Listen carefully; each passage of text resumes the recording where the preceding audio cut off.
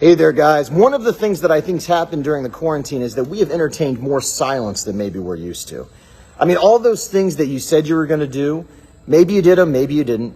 You've watched a lot of the Netflix shows. You've hung out on Disney Plus.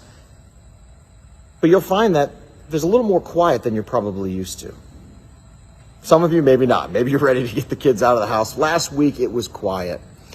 And we were sitting there, and I heard a jingle that I had not heard before. It had been months. It was almost like a sparrow in spring. What was that jingle? It was the ice cream truck. Come on. I said, boys, did you hear that jingle? Do you know what that is? The ice cream man's back. Life is back. And I said, guys, you got to go get that.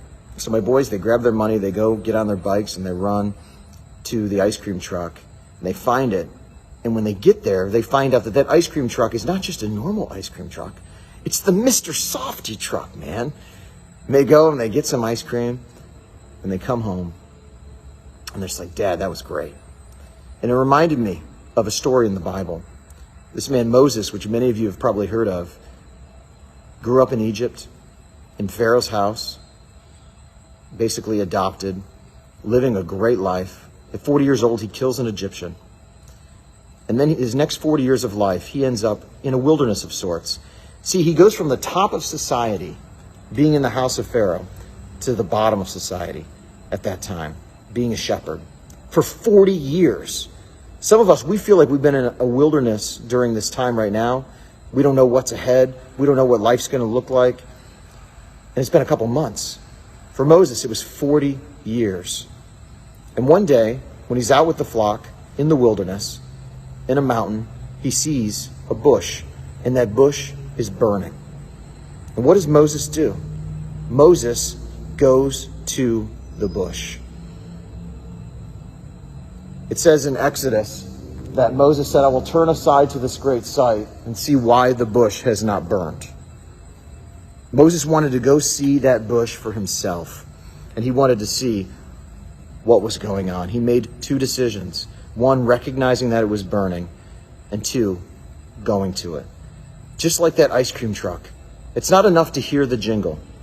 It's actually taking the action to go. And I want to encourage you right now, in this quiet moment of our lives, in this silence, in this uncertainty, my bet is that you're going to be able to hear better.